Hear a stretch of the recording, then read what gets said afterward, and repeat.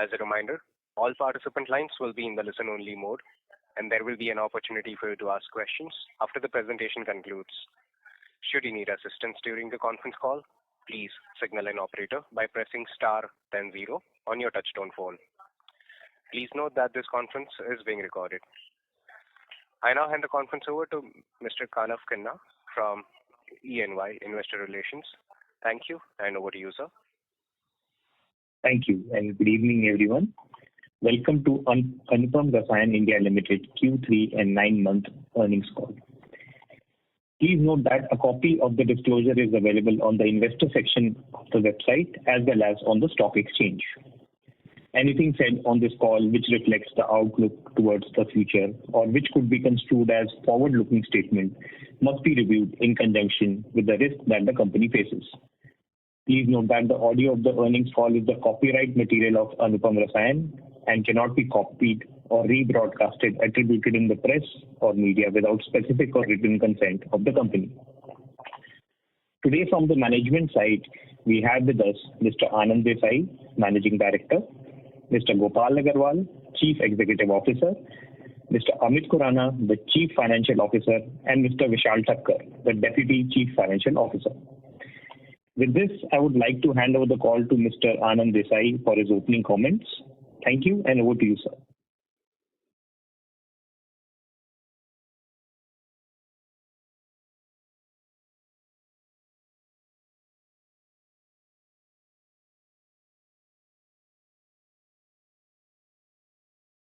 Thank you, Kanav.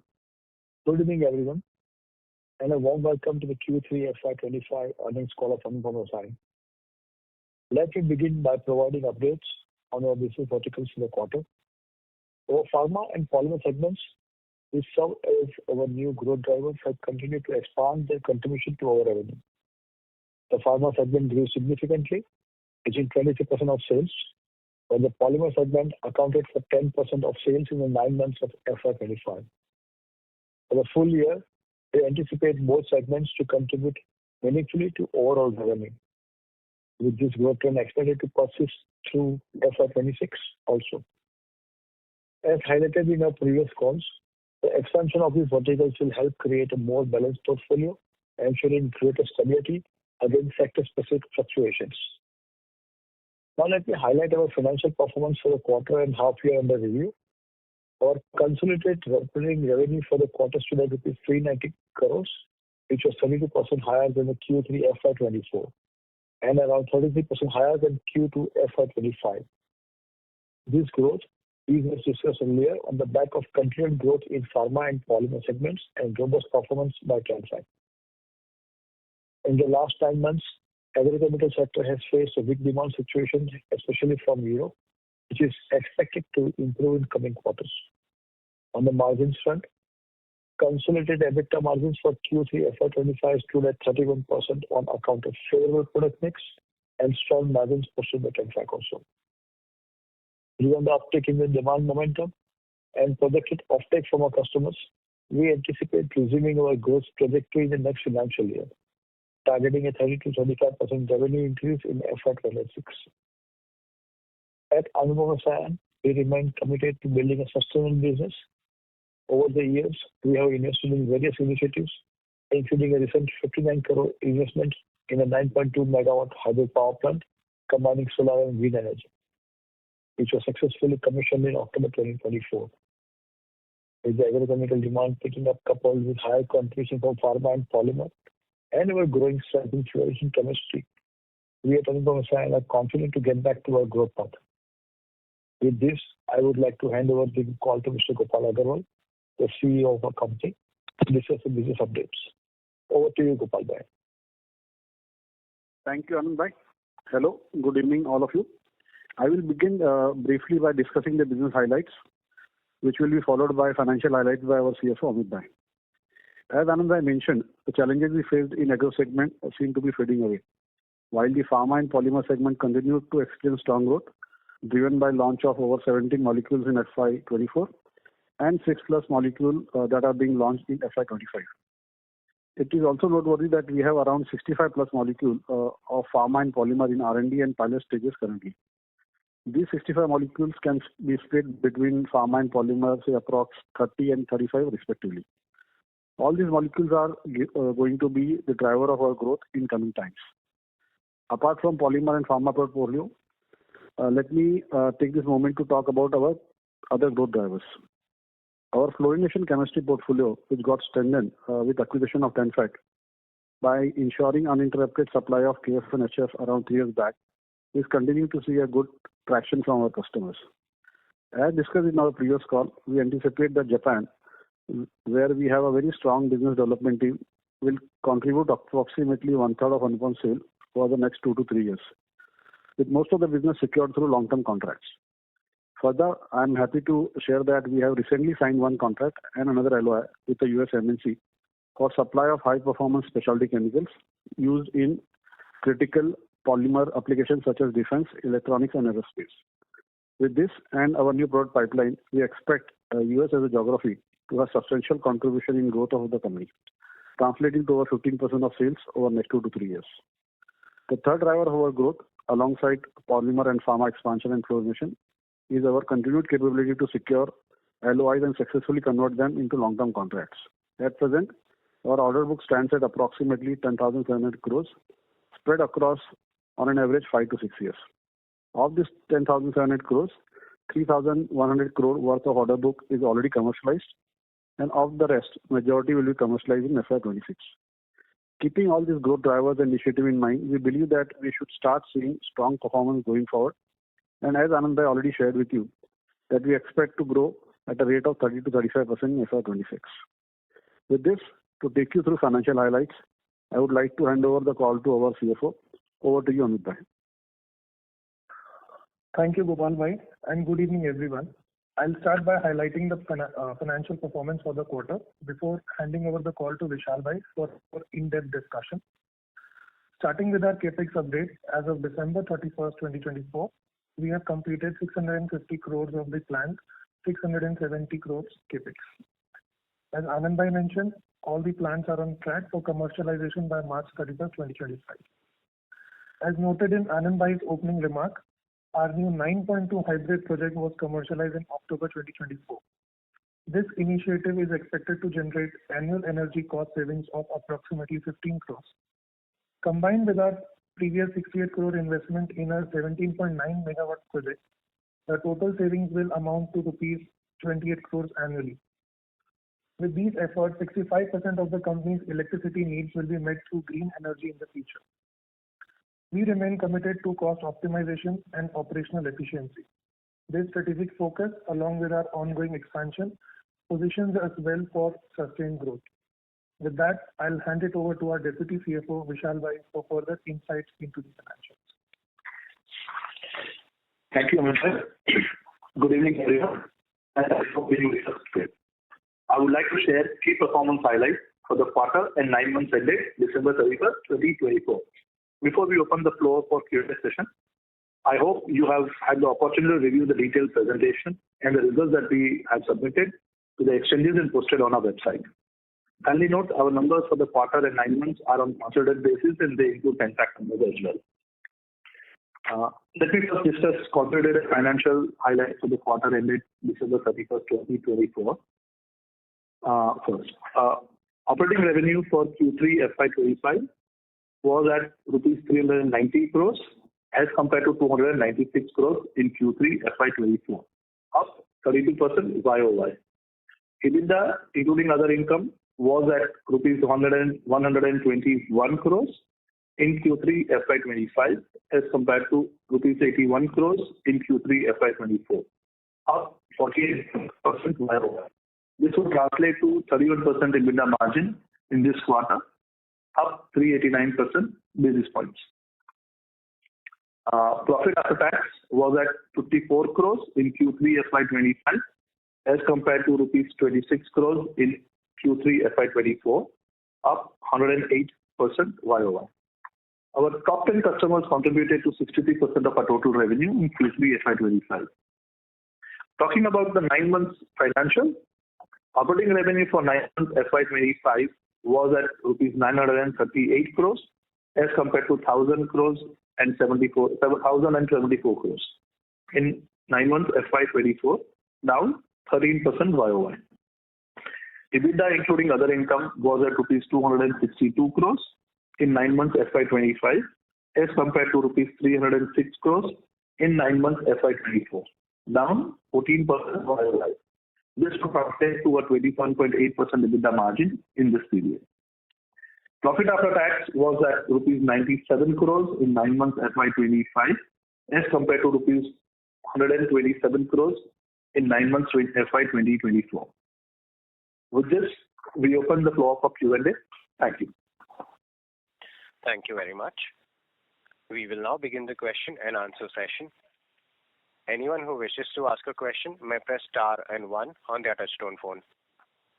If you wish to remove yourself from the question queue, you may press star and 2. Participants are requested to use handsets while asking a question. Ladies and gentlemen, we will wait for a moment while the question queue assembles. Again, if you wish to register for a question, please press star and 1 now.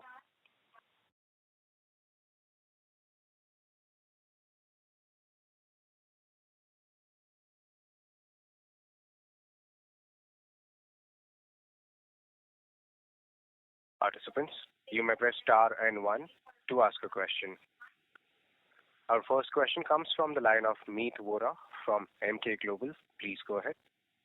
Yeah, hi. Thanks for the opportunity. So firstly, while the pharma and polymers business is doing well, AgChem sales have been slow for quite some time now. So is this more customer specific or market specific rationalization in terms of overall sales? Meet, thank you for that question. Let me answer it in this manner.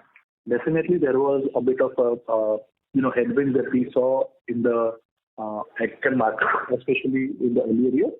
However, if you look at also, there was one of the large Indian MNC in the agrichem sector, which was contributing around 15% of our revenue in the past historical number, which we have decided to withdraw our business from there. And that also has been one of the significant reasons why our AgChem contribution has been lower. So that's one that I would want to highlight over and above, because had that not been the thing, probably we would have been far better off, and probably a drop in AgChem would have been significantly lower, and our profitability or revenue growth would have been rather than a degrowth. Coming to how we see it from here on, we see that we have started seeing the strength, as what was mentioned in our opening remarks by Gopal and Anand as well.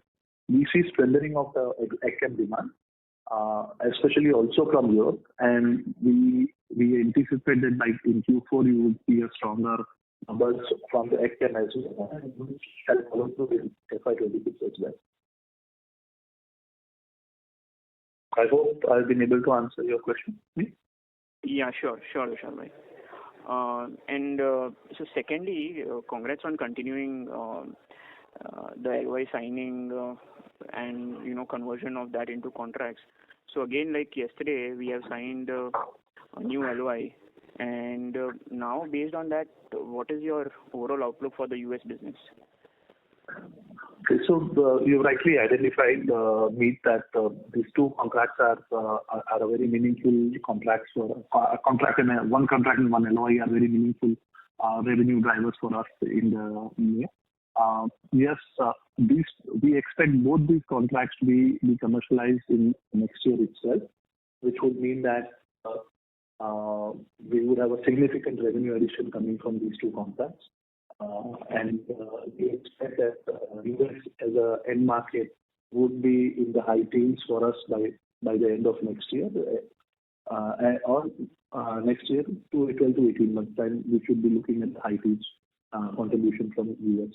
So if you look at from a geographical diversity point of view, if you really look at it, what has really happened to us is that agro is there. But if you look at personal care continues to be 10%. Then if you see pharma has become 25% for us, and polymer is more than 15% for us as we go.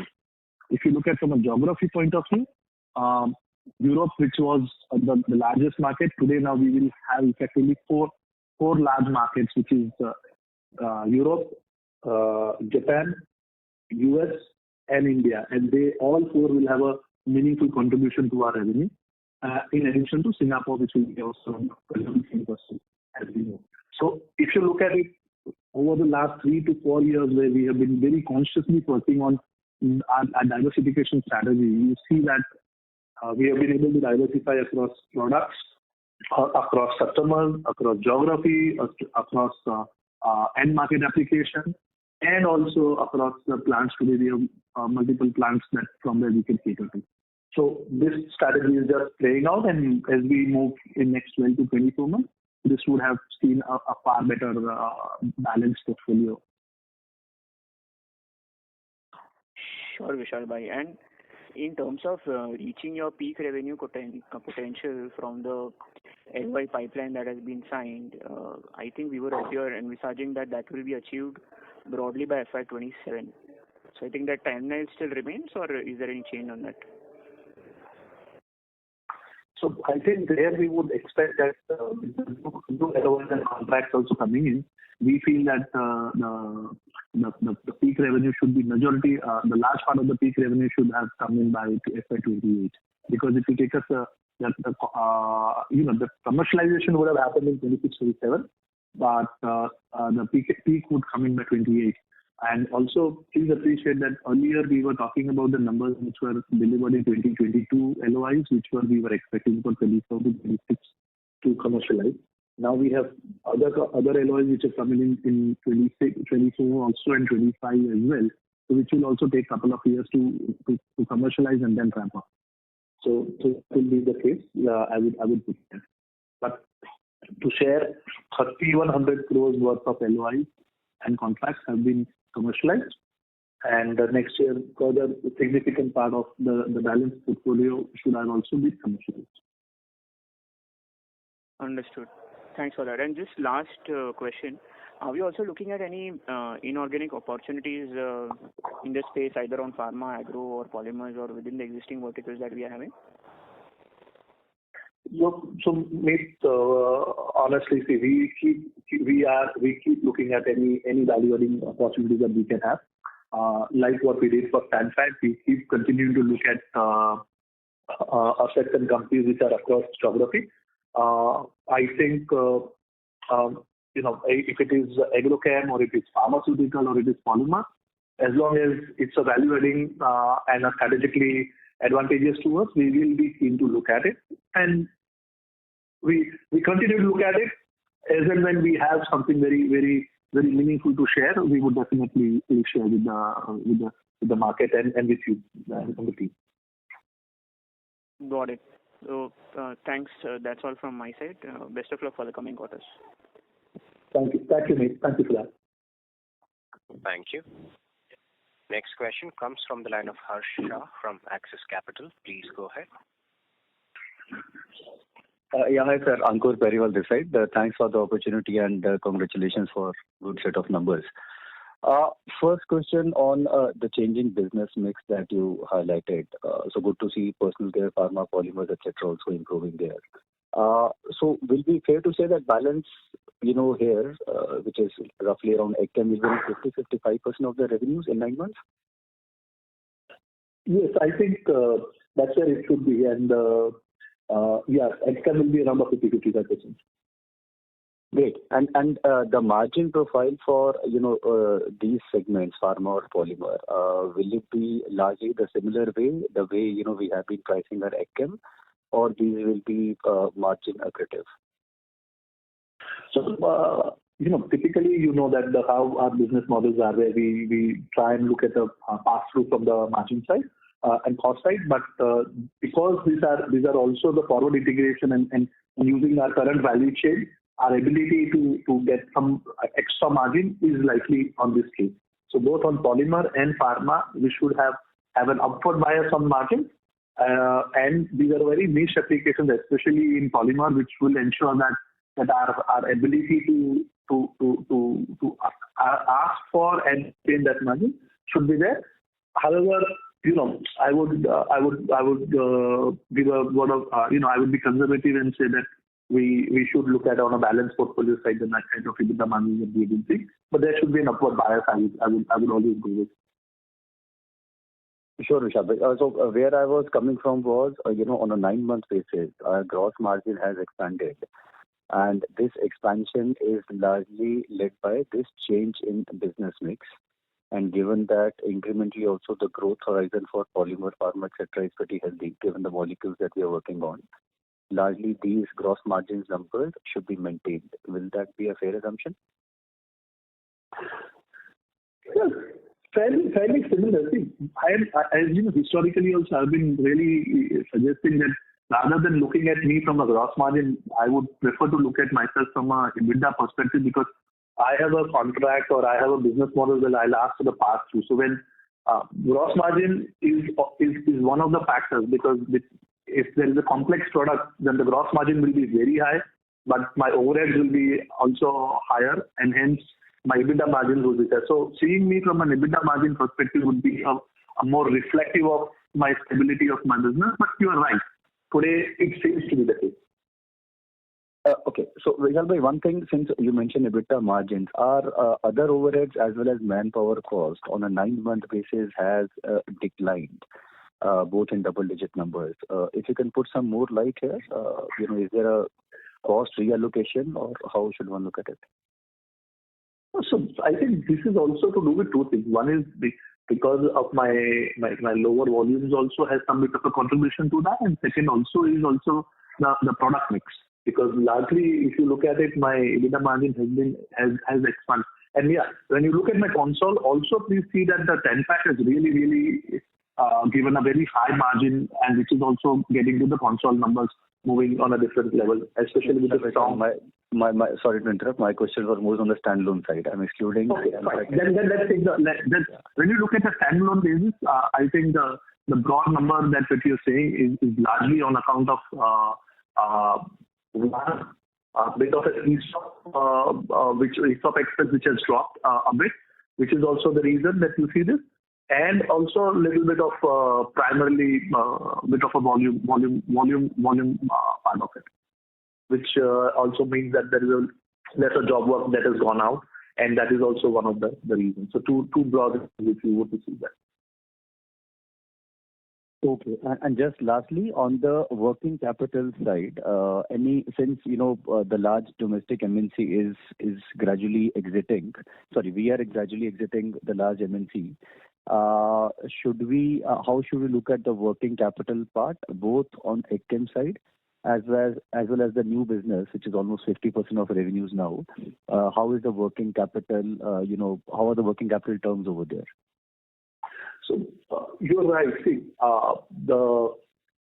it had the ceteris paribus been there in terms of, let's say, 2 years back when the market was more buoyant, then my working capital would have very strongly improved with this exit of the customer also, and also with the effort that we have put in.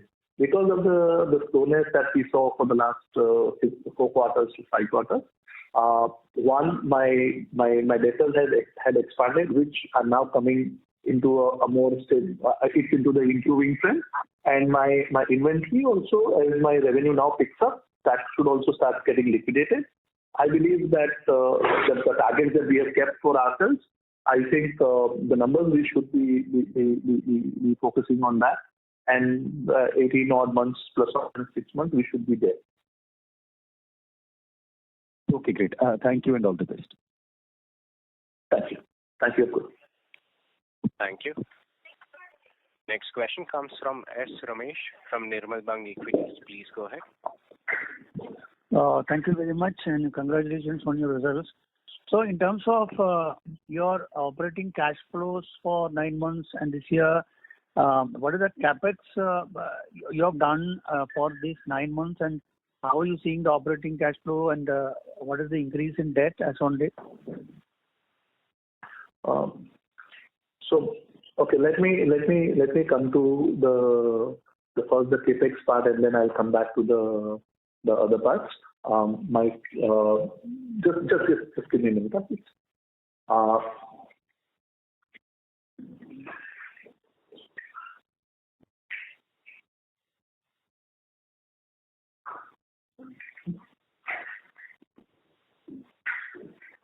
my capex for this year has been 200 crores, right? Okay.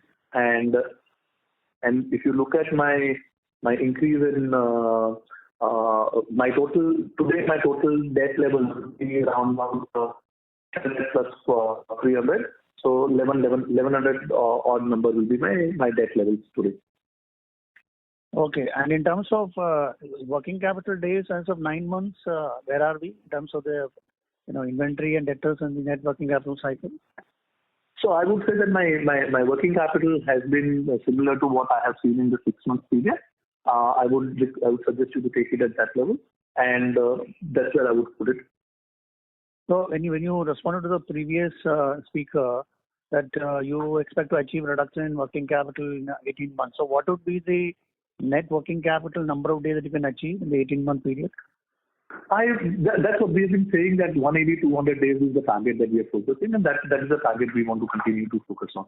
So today, when you look at the days, what is happening largely is because of my first half, which was a muted half on a very lower numbers that I had.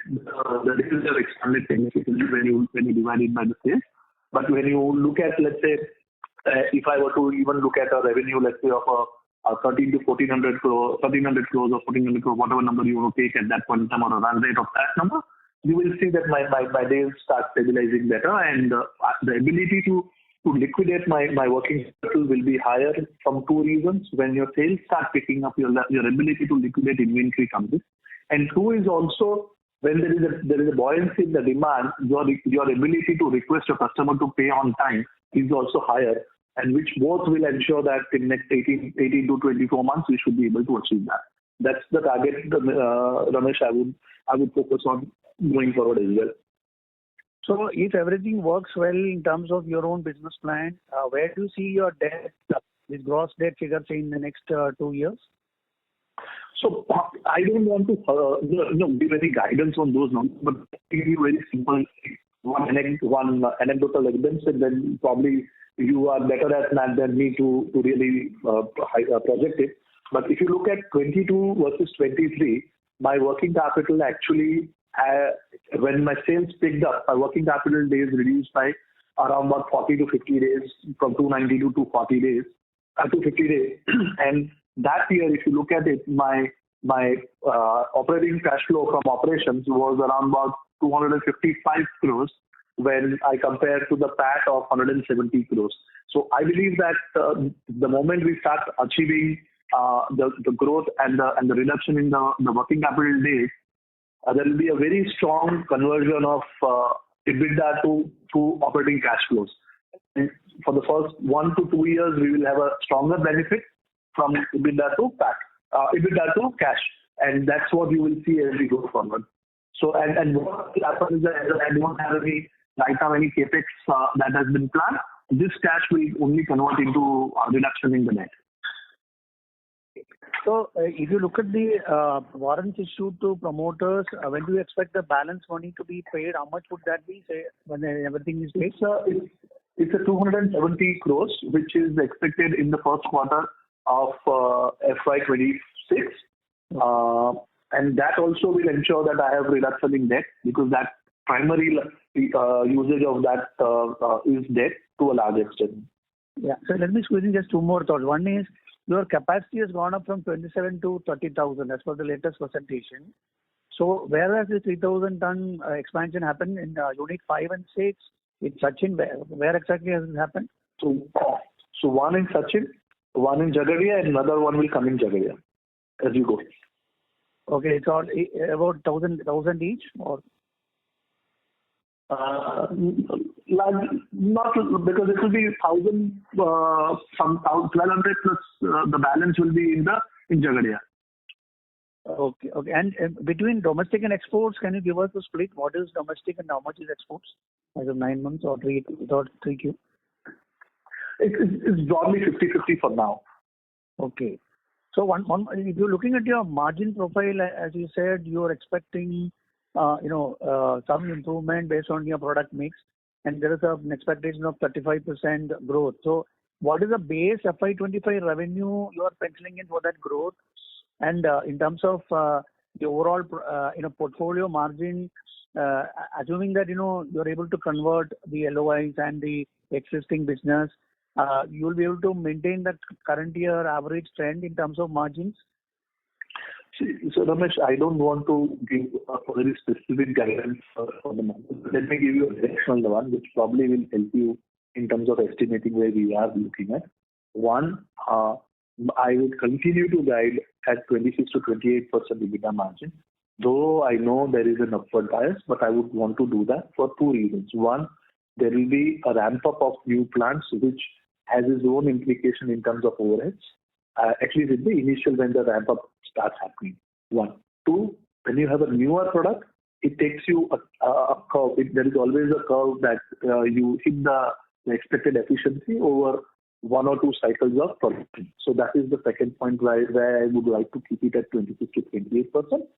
And in terms of revenue, as I had also mentioned, that on a console basis, we should be flattish. In terms of standalone, we should be having a mid-teens kind of a degrowth is where I will put it at. Mid-teens degrowth for the full year FY25, right? On a standalone basis, yes. Yeah.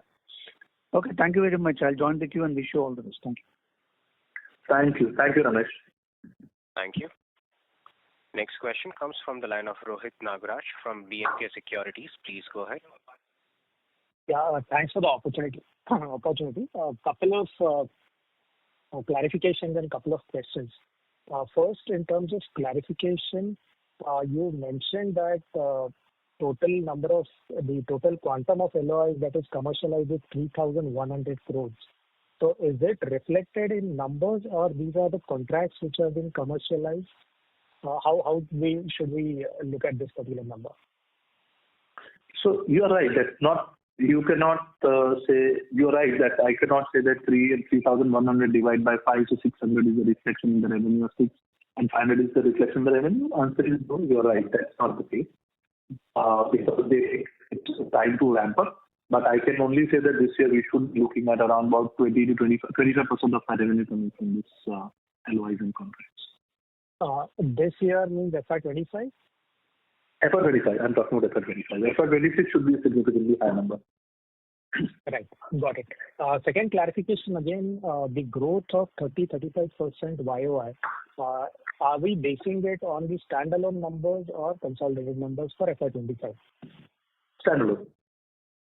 Okay, fair enough. The couple of questions now, in terms of the gross margin expansion that we have seen. So historically also you've been telling that normally we have a back-to-back arrangement in terms of the raw materials as well as the contracts that are in place, and hence our gross margins or even EBITDA margins are largely secure. But a quantum jump suddenly in a particular quarter. So are there any other factors which have moved these gross margins significantly? Given that you are again, you've just alluded that on a sustainable basis, we still look at say 26-28%. So is there any one-off which has moved these gross margins during this quarter? Rohit, really now it's more to do with the product, what product has contributed how much to my. So this quarter has been where there is a product where there are a couple of products which has higher gross margin, and that is the reason you would see it on a quarterly, because depending upon the schedules, few products go in a particular quarter versus the other products go in a different quarter. So on an annual basis, if you look at it, you will see me more stable. And also what I would encourage, and that's what I'm trying to share, that look at me more from an EBITDA than a gross margin level, because again, when you have a pass-through, I also not only have a pass-through of my raw material, I also have a pass-through of my overheads, my utilities, my every other cost. And that's where I try and look at the EBITDA number, which is a more reflective of that relationship. And as I was saying, that if there is a product which is a more complex product, then the complex product will have a lower gross margin, because there are multiple steps, and when multiple steps are to be executed, the overheads and the utilities would go higher. And if I keep my EBITDA margin to be constant, that means that I would have to expect a higher gross margin to compensate for the higher overheads that would be there. So I would put it only largely to that phenomenon than any other phenomenon. Right. So just to summarize, probably if there is any change in a particular quarter, it will get even out during the course of say 4 quarters. Exactly, and that's the reason. If you see, I have been very conscious of making those numbers, making that guidance on the numbers, and also in terms of if you look at my 9 months, they are more in line with rather than the reflection of the quarter. Okay. And you also mentioned about one of the domestic MNCs going out of we have terminated the contract for Acton. So this is 15% of Acton revenues or total revenues? Total. Okay. And this is happened in FY25. Huh? Sorry, I didn't hear you. This has been taken effect from FY25.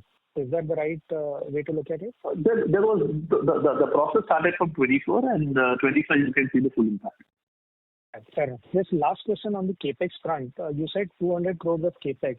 However, the 670 crores probably still sitting at the CWIP level, and hopefully will get commercialized during this quarter. So how will we do that? So 670 plus 200 will be the total capital. No.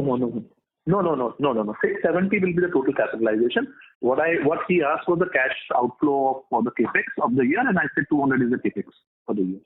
Fair enough. So that includes 650. So totally you will see that 670 crores of gross block would be added by the year end. Right. Got this. Thanks a lot and all this. Thank you, Rohit. Thank you. Next question comes from Ashwini Agarwal from Demeter Advisors LLP. Please go ahead. Good evening, sir. Good set of numbers. Congratulations. A couple of clarifications to questions earlier asked. One is on the debt level. Did I hear the figure right that 1,100 crores is your gross debt number as of 31st December 2024? Yes. So does that mean that it has come down by 170 crores? Because as of 30th September, this number was 1,270 from what I can see.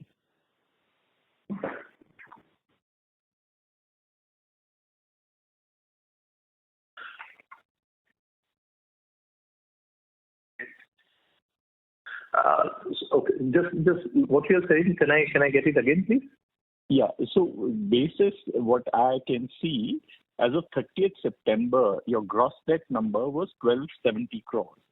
And what you mentioned was that now your gross debt number as of 31st December is 1,100. That would indicate 170 crore repayment. Is that right, or am I missing something? When you have finished recording, you may hang up.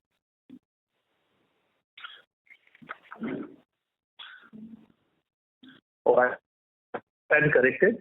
The total number is around 1,200 crores. You're right. I stand corrected on that. 1,200 crores. So there's still a marginal decline from 1,270 to 1,200. Would that be? That's more to do with the capex repayment, the term loan repayments largely. Okay. And so if you could just clarify that, again, I think Ankur had asked at the start of the conference call that the decline in operating expenses on a standalone basis that we see on page 8, which is quite substantial. You mentioned that it's mostly due to outsourcing costs, the contracts that you give out. Or is it that you capitalize some of the costs related to the capex? There is no capitalization. Is that a fair assumption to make? Yeah, there is no capitalization. See, I'll tell you a very simple thing. Let's look at my revenue for the 6 months standalone last year, 9 months annual last year. Yeah. If you look at it, there is a 30% right in terms of my sales, right? Yeah. Now, if you look at that, right, that also if you look at my employee benefit, let's say, the reduction is lower than that, right? Other expenses also, it is not as low as that. So largely, not all of this cost is a fixed cost, right? There is variable cost to it, especially the outsourcing or job work cost, right? And so that way you will see that you will be in the similar numbers. That's what I was trying to say. So honestly, there is no, if I were to put it simply, the variable part of the cost has been reduced, because of the volumes that has been produced and sold. And on the employee side, largely it is the ESOP cost which has really been the reason for that. Perfect. Thank you. And so would you be able to read out the numbers for inventory and essentially inventory number as of 31st December? This number was 1272 crores as of 30th December. I would excuse myself from this because we don't list out those numbers for the third quarter. Because then again I would have to report out all the other numbers, because then only my balance sheet would be fairly looked at. So I would say it's the similar range is where you can take it for now, please. Okay. Thank you so much. I hope you appreciate. Apologies if I have not been more helpful than this, but you can take my words on that we are fairly stable on those numbers right now. Okay. And on an absolute term. Right? That's fine. Thank you, sir. All the best. Thanks. Thank you. Thank you. Next question comes from the line of Raja Kumar Vaidyanathan from RK Investments. Please go ahead. Yeah, good afternoon. Thanks for the opportunity. Am I audible? Your mic is a bit cracking, if you can be listening. Yeah, can you hear me now? Yeah, that's far better. Yeah, thank you. Sir, so my question is on the inventory. Sorry to labor on that. So if I see your September inventory was 1,270 crores, and if I see your December number, the changes in inventory is almost 120 crores negative with that, which means you have added further 120 crores inventory. So it's about 1,400 crores of inventory roughly you should have as of December. So, and I also look at your material cost to sales is about 40% on a consolidated basis. So which means you are roughly carrying almost, inventory to serve almost 3,400 crores worth of revenue, which is almost like 2 years of revenue.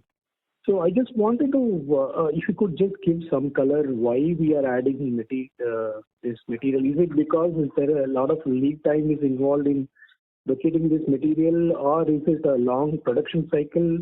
If you could just enlighten us, it would be really helpful. Sure.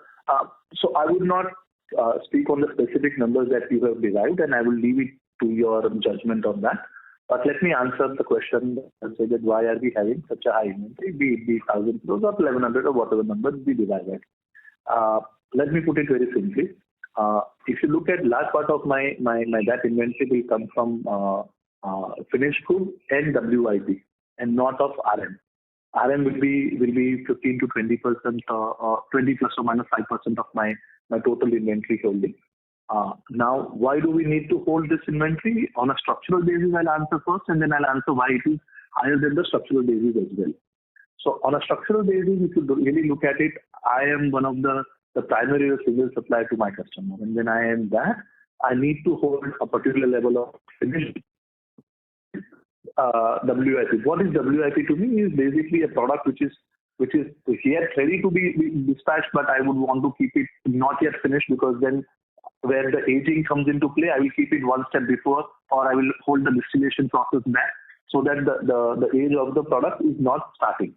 So that's the reason you see WIP and finished good. And hence, if you have to see me, you have to see me as a percentage of sales, inventory as a percentage of sales rather than percentage of COGS, which you are seeing me at right now. So that's one that I would say. Having said that, even after assume of that numbers whatever, I would say that my steady state sustainable business model should have been around 180 to 200 days of those numbers. And if you look at me at that numbers, you will see that my ROCs, my turns, everything will play out. However, today I am higher than that. Even if you look at the September numbers, I am significantly higher than that. And the reasons for that. When I exited 23, I was at a run rate of around, I was on a turnover of 1,300 crore and a run rate of 14 to 1,500 crores of revenue on a run rate basis. And I was expecting a revenue growth in the next year as well. Now, when you are planning with that kind of a revenue growth, the production plans are accordingly. And when instead of that, we had a degrowth for 18 months. If you really look at it, for the 18 months from then on, we have a degrowth that we saw. So I had a double whammy where I had a production and hence the inventory accumulation, but my my sales did not happen. So my numerator has dropped. Today you will see me at a TTM of a 900 versus what had there been a growth, I would have been at TTM of 1500 to 1600 crores at that point in time. Because on 13, even if I put a 20 to 25% growth, I would be at a 15 to 1600. All my numbers would look more reasonable. And two, also what happens is that when you produce but you are not able to sell, that accumulates into your inventory, and so inventory expanded on an absolute number also, which is what you would have seen me from 23 to 24 September numbers which were reported. If you look at it, we have expanded by around about 200 to 250 odd crores of inventory. So that both put together has really expanded the situation. Had there not been that, I would have achieved that number. And if you look at the trajectory from 22 to 23, the trajectory was there. So 290 had gone to 250, and one more year of growth where I would have been able to liquidate my working capital and also increase my revenue, I would have been at a 220 to 200 days. That was what was projected. So I appreciate this is a matter of concern for each of us. The only thing that I can say is the reflective will be when I get my sales growth back, because sales is there but it's not sufficient enough. So when the sales growth is back, we would be able to see the numbers which are more amenable and more sustainable to the business model that we have. I hope I have helped you on that. Yeah, this is helpful, sir. And any comment on the material cost percentage to sales? It's about 40%. So you are roughly having 2 years of inventory. So if you could... That's what I'm saying. It is not the way, I would not see it that way, my friend, for a very simple reason that 80% of my working capital is a finished good to working capital in progress. So then it is not COGS, it is sales. And so you have to see me through sales rather than through COGS. Because when I sell, it's a 9-month sales number that is there, 12 months that is there. The moment I start selling, it comes to that number. And that's the reason. And look at my numbers, because I've declared my working capital work in progress numbers, or my finished good and my RN numbers, and you will see those reflections. And that's where I'm coming and saying that look at me from the sales rather than from the COGS. Okay, this is helpful. Sir, just to extend the question, one more question. I'm sorry, I'm just collecting my thoughts. Sorry. No problem. Please take it. I'm sorry, I'll just get back, sir. No problem. You please join in as and when you want. Happy to answer you. I'll fall back a little. Sorry. No problem. Thank you. Thank you. Next question comes from the line of Tushar Ragate from Kamaya Wealth Management. Please go ahead. Yeah, good afternoon, sir. Thank you for the opportunity and congratulations for the great set of numbers. Again, sir, the question is on the working capital. From the last 5 years, I could see your working cap, your inventory as a percentage of sales. From 40% it has been to 72%. Firstly, I would just like to know what would be the average of that. Is it 60% or just a random number I'm saying? So accordingly, your take on that. First. Okay. Sustainably, eventually my number should be 50% plus or minus 5%. 58% you're saying, right? 50. Okay. So that means you're sustainably 50% plus or minus 5% depending upon the business cycle, depending upon the number of molecules that I launch, depending upon the contracts that I get into. But you should sustainably see me at that level. Got it. So that means more or less 2,300 crore of sales considering the inventory you are carrying, right? I would not put the exact number, but it will be two things. Please appreciate. I will put it quickly, because this number, when I sell, it sells completely, right? It is a one-time sale. It is not two-time sale, because let's say I have 1,000 crores of inventory, right? If I sell 200 crores is reduced, right? Because that is ready to be sold, and I'll go to 800. Now, Right. So what I'm saying is, please appreciate that as simple as that. That eventually, because I said that there are two parts to my working capital. One is a sustained working capital which will be required for my business to sustain. Okay. And two is there is an additional working capital which is there because of the situation that I mentioned in the earlier question. So if you knock these two up, you should see me like let's say next year. So that's where I'm saying that by 18 to 24 months, I should end up with the numbers that we have talked about, which is where I should be achieving 180 to 200 days of my working capital. Sales as my working capital, and it will be a combination of two things. One is liquidation of some part of the working capital, and two is increase in the sales that I would expect. So combination of these two will come to a more sustainable number rather than only one. Got it, sir. Just again one question, sir, on the trade receivable part. So like 5 year CAGR of the sales is 24%, but the trade receivable is growing at 37%. Just wanted your take on that. So if you look at 2 years back, and if you look at my growth, my CAGR of sales and CAGR of receivables, it's only in the last 12 to 4 to 6 quarters that number of receivables have expanded. Yes. And that's largely because of when the markets are slow, you would tend to give an additional credit, which I have given, and that is the reflection. I can give you one simple example. One of the largest agchem company in the world, they requested us that we were due to pay you in November, but as my year is ending and this is a slow, I'm reading between the lines that this year has been slow year and my year is ending. Why don't I request you to pay you in January, not in December, in November? And for that, if there is any cost, I'm willing to pay the cost. Now, that is the customer who has been with us for last 10 years or more. We are doing multiple products with them. We are doing multiple new projects with them. I don't see any request like that. And mind you, they are. So I appreciate that it has expanded, but we will also to see from the reflection of the market realities where the markets have really been pretty weak for my customers, and I have to stand by them, which is what I have done on the receivable side. Got it, sir. And sir, your non-agro part... Sorry to interrupt. Tushar sir, may we request to return to the question queue for follow-up question, please? No, it's okay. Let him ask this question and then he can. It's okay. Okay, sir. Thanks for that. Sir, just wanted to know your non-agro business, like due to that, do you see any working capital relaxation going forward? Yeah, you would see. Every business will have its own dynamics. So in some businesses, you will see that the inventory is higher. In pharma, if you look at it, because large part of the pharma business is Indian pharma business.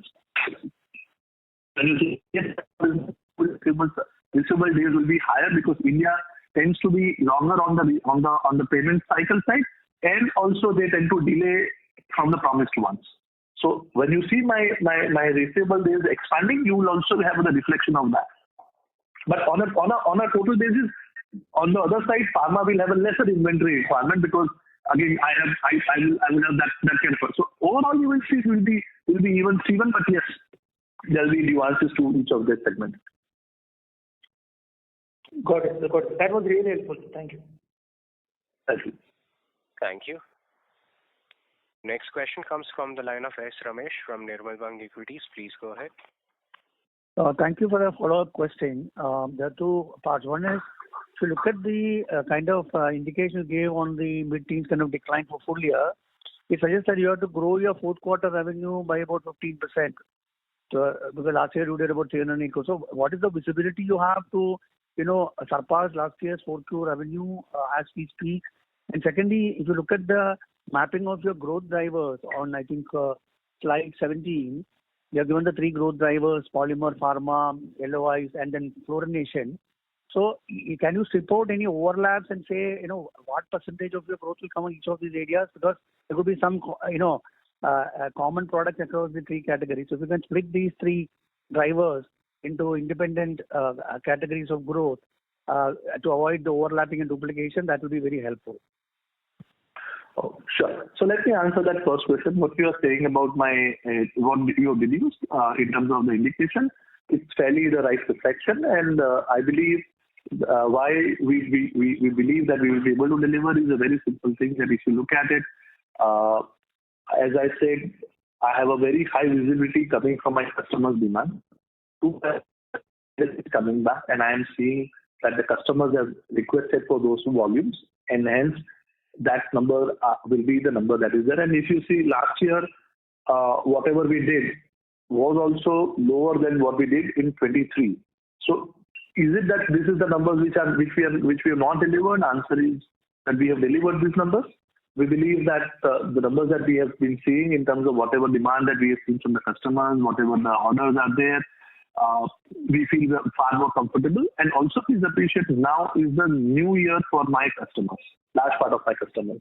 And they have a more buoyancy in terms of their ability to give me a more firm demand, which we are seeing now. So all in all, pharma polymer continues to give me the growth, and it can coming back will give me this growth. Yeah. On the second question on the growth drivers, you can strip off the. Yeah. So next time onwards, I'll try and see how we can share that with you, because it is very difficult to do ceteris paribus on all the three parameters. But we'll try and see how we can present it better for you. Yeah, that would be very useful. And thank you very much, and wish you all the best. Thanks. Thank you. Thank you.